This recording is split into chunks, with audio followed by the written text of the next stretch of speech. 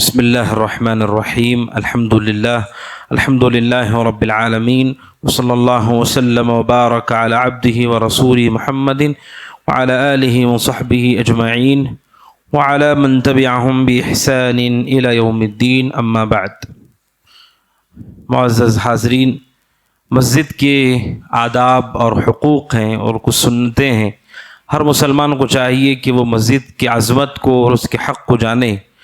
مساجد میں اللہ سبحانہ و تعالیٰ کی عبادت ہم کرتے ہیں تو ہماری پوری کوشش ہونی چاہیے کہ مسجد میں کوئی ایسا عمل نہ ہو ہماری جانب سے جو خلاف سنت ہو۔ مسجد میں بالخصوص عام طور پر ایک مشکل جو پائی جاتی ہے، چاہے عرب میں ہو چاہے عجم میں ہو، جس سے منع کیا گیا حدیث میں، وہ یہ ہے کہ کوئی آدمی اپنے لیے مسجد میں جگہ کو خاص کرے نماز پڑھنے کے لیے، اور وہ اسی میں پڑھتا ہے نماز اور اس کے علاوہ نہیں پڑھتا ہے۔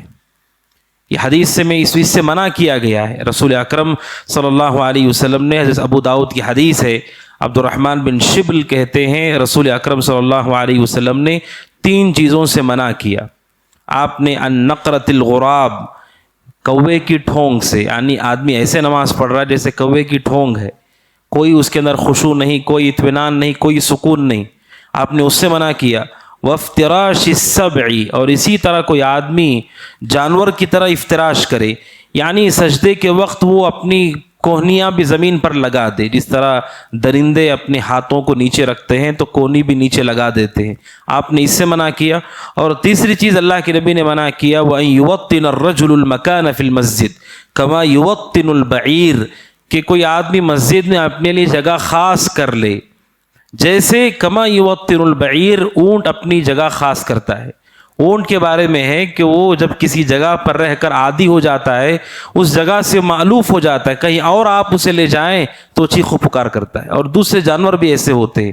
تو یہ جانوروں کی مشابہت ہے۔ آپ نے کہا اپنے لیے کوئی جگہ مسجد میں خاص نہ کرے، جیسے اونٹ اپنے لیے کوئی جگہ خاص کر لیتا ہے۔ تو اس حدیث میں اللہ کے نبی علیہ السلام نے مسجد کا ایک حق بتایا ہے کہ مسجدیں اللہ سبحانہ و تعالیٰ کے گھر ہیں اور یہ عبادت کے لیے ہیں، اور سب برابر ہیں اس میں۔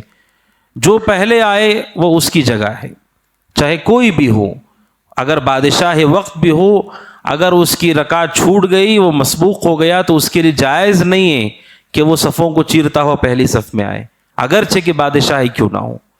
یہ اسلام کی خوبصورتی ہے اور مسجد کا یہ ادب ہے، لہٰذا ہم سب کو چاہیے کہ اس سے پرہیز کریں۔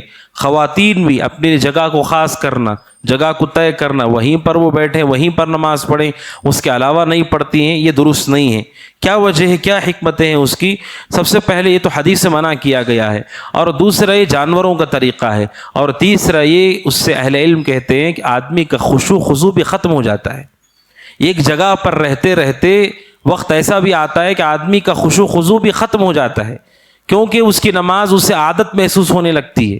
اسی لیے نماز میں کہا جاتا ہے آدمی جو جتنی دعائیں ثابت ہیں وہ سب یاد کرے، الگ الگ دعاؤں کو پڑھتا رہے، اس سے کیا ہوتا ہے، آدمی کا دل عبادت میں زیادہ لگتا ہے۔ اگر جگہ خاص ہو گئی تو اسی جگہ پر پڑھتے پڑھتے پڑھتے اس کے دل میں خشوع خضوع بھی ختم ہو جاتا ہے۔ اور ایک بڑا نقصان یہ ہوتا ہے جگہ خاص کرنے کا کہ اس میں شہرت اور ریاکاری بھی داخل ہو جاتی ہے، کہ لوگوں کو یہ معلوم پڑ جائے کہ یہ یہی نماز پڑھتے ہیں، اگر وہاں نظر نہیں آئے اس کا مطلب انہوں نے نماز ہی نہیں پڑھی۔ یہ شہرت کا مقام ہے کہ کوئی آدمی اپنے لیے اپنی جگہ خاص کر لیتا ہے اس طرح سے کہ کہیں اور وہ نہیں پڑھتا ہے، تو اس نے گویا کہ اپنے عمل کے لیے دکھاوا بھی کیا، لوگوں کے سامنے لوگوں کو متعارف کروایا اپنے آپ کو کہ میں یہی نماز پڑھتا ہوں۔ اور آپ جانتے ہیں ریاکاری اگر عبادت میں داخل ہو تو پورا عمل باطل ہو جاتا ہے۔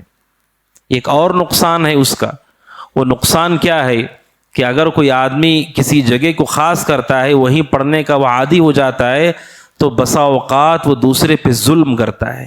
ہم سے پہلے اگر کوئی سبقت لے گیا، اب مجھے وہی جگہ چاہیے، اب اس جگہ کو پانے کے لیے ہو سکتا ہے اس کو ہم ہٹا دیں، اس کو پیچھے کر دیں، کچھ ایسی بات کہہ دیں، یہ ظلم ہے۔ اللہ سبحانہ و تعالیٰ کے گھر میں سب برابر ہیں، جو پہلے آیا وہ اس کا حق ہے، تو ہم نے اس پر ظلم بھی کیا۔ آپ سوچئے کیسی عبادت ہے یہ کہ جس عبادت میں مسلمان بھائی پہ ظلم ہے، ظلم کر کے آپ عبادت کر رہے ہیں۔ اس لیے اہل علم نے کہا کہ اس کے بہت سارے نقصانات ہیں۔ اسی طرح ایک اور نقصان یہ ہے کہ جہاں انسان عبادت کرتا ہے، جن جگہوں پہ عبادت کرتا ہے، کل قیامت کے دن وہ جگہیں ان کے لیے گواہی دیتی ہیں۔ قرآن مجید میں اللہ سبحانہ و تعالیٰ نے زمین کی گواہی کا ذکر کیا ہے، اور احادیث میں اس کا ذکر ملتا ہے کہ انسان کے لیے زمین بھی گواہی دے گی، انسان کے اعضاء بھی گواہی دیں گے۔ اب ہم نے ایک جگہ خاص کی، اسی پر ہم نے عبادت کی، تو وہی جگہ ہمارے لیے گواہ بنے گی۔ اگر ہم نے مختلف جگہوں پر عبادت کیے تو اللہ سے امید ہے کہ وہ ساری جگہیں ہمارے حق میں کل قیامت کے دن گواہی دیں گی۔ یہ ہمارے لیے آخرت کا ایک بہت بڑا فائدہ ہے۔ اور اسی طرح اہل علم نے ایک بات یہ بھی ذکر کی ہے کہ اگر انسان عادی ہو جائے، اگر وہ جگہ نہیں ملی، تب بھی انسان کا اطمینان ختم ہو جائے گا۔ اب مجھے عادت ہے اس جگہ نماز پڑھنے کی، میں نے دوسرے کو ہٹایا تو نہیں، لیکن وہ جگہ مجھے نہیں ملی تو مجھے بھی اطمینان نہیں رہے گا نماز میں۔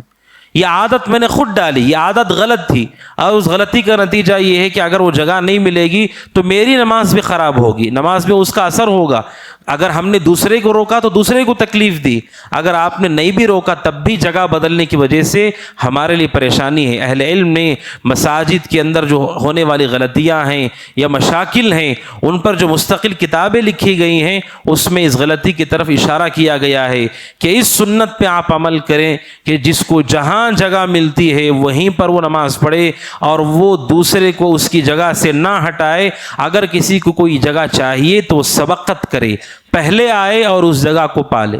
جو پہلے آتا ہے وہ اس کا حق ہے، اس کے علاوہ اس کی عادت ڈالنا یہ رسول اکرم صلی اللہ علیہ وسلم کی سنت کے خلاف ہے۔ اور اسی کے ساتھ ساتھ آخری بات ہے وہ یہ ہے، رسول اکرم صلی اللہ علیہ وسلم نے خود اپنی زندگی میں آپ نے امامت کرائی۔ امام کے لیے جگہ خاص ہوتی ہے، امام کے لیے ایک جگہ خاص ہے، امام وہیں امامت کراتا ہے، لیکن آپ نے اپنے اصحاب کے لیے کوئی جگہ خاص نہیں کی کہ ابو بکر یہاں ہوں گے، عمر یہاں ہوں گے، عثمان یہاں ہوں گے۔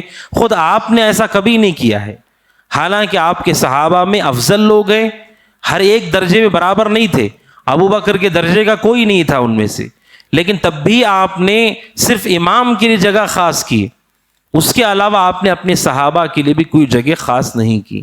تو اس سے پتہ چلتا ہے کہ کوئی افضل آدمی بھی کیوں نہ ہو مجمع کے اندر، جو دین کے اعتبار سے، علم کے اعتبار سے ہم سے افضل ہو، تب بھی جو آدمی سبقت لے جائے وہ اس کی اپنی جگہ ہے، کسی جگہ کو خاص نہیں کیا جا سکتا ہے۔ اس سنت کو ہمیشہ ہم یاد رکھیں اور اس کا خیال کریں، اور مسجد کے احترام اور اس کی سنتوں میں سے ہے اور اس کے آداب میں سے۔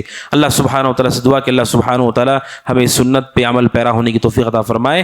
آمین۔ ھذا وصلی اللہ وسلم علی نبینا محمد وعلی آلہ وصحبہ اجمعین۔ السلام علیکم ورحمۃ اللہ وبرکاتہ۔